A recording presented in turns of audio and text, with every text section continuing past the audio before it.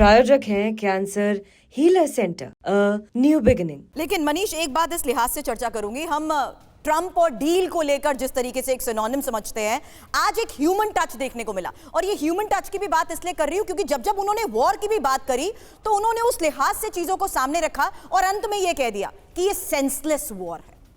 बिल्कुल, देखिए ये सेंसलेस वॉर तो है ही, क्योंकि इससे कोई जीता नहीं है। वैसे तो युद्ध में कोई जीतता नहीं है, क्योंकि आखिरकार मानवता को सबसे बड़ा नुकसान होता है। ट्रंप ने उसी बात को कहा, लेकिन यहां पर देखिए ट्रंप के दबाव की जो रणनीति है वो काम आई है।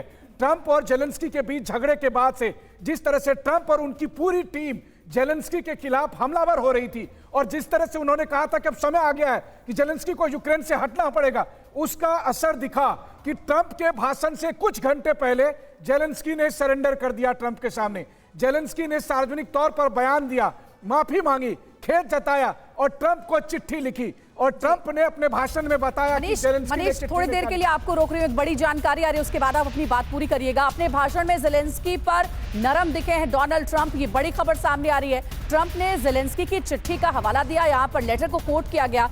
ट्रंप का ऐलान, जेलेंस्की शांति समझौते को तैयार है। तो देखिए, इसके बारे में हमने पहले भी आपको जानकारी दी। ट्रंप ने जेलेंस्की की डील पर रजामंदी की जानकारी दी है। जेलेंस्की की ओर से एक लेटर लिखा गया है डोनाल्ड ट्रंप को, जिसका जिक्र उन्होंने अपने भाषण के दौरान किया है और यह भी कहा है कि जेलेंस्की चाहते हैं कि शांति समझौते पर बात हो।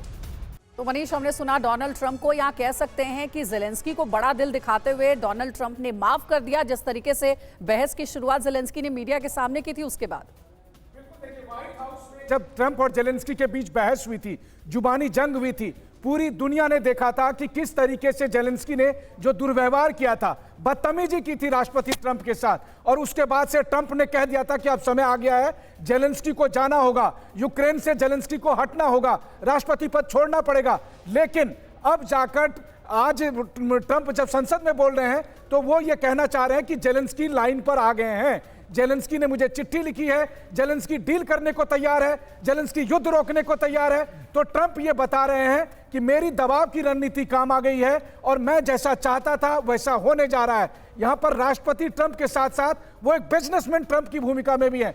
अमेरिका को रूस यूक्रेन युद्ध के बाद भी अभी भी बिजनेस चाहिए, उसे वो मिनरल्स चाहिए। ये बताने की कोशिश कर रहे हैं कि अब जेलेंस्की दोबारा से आएंगे और फिर जो हम चाहते हैं उसी शर्त पर वो यहां पर आकर साइन करेंगे।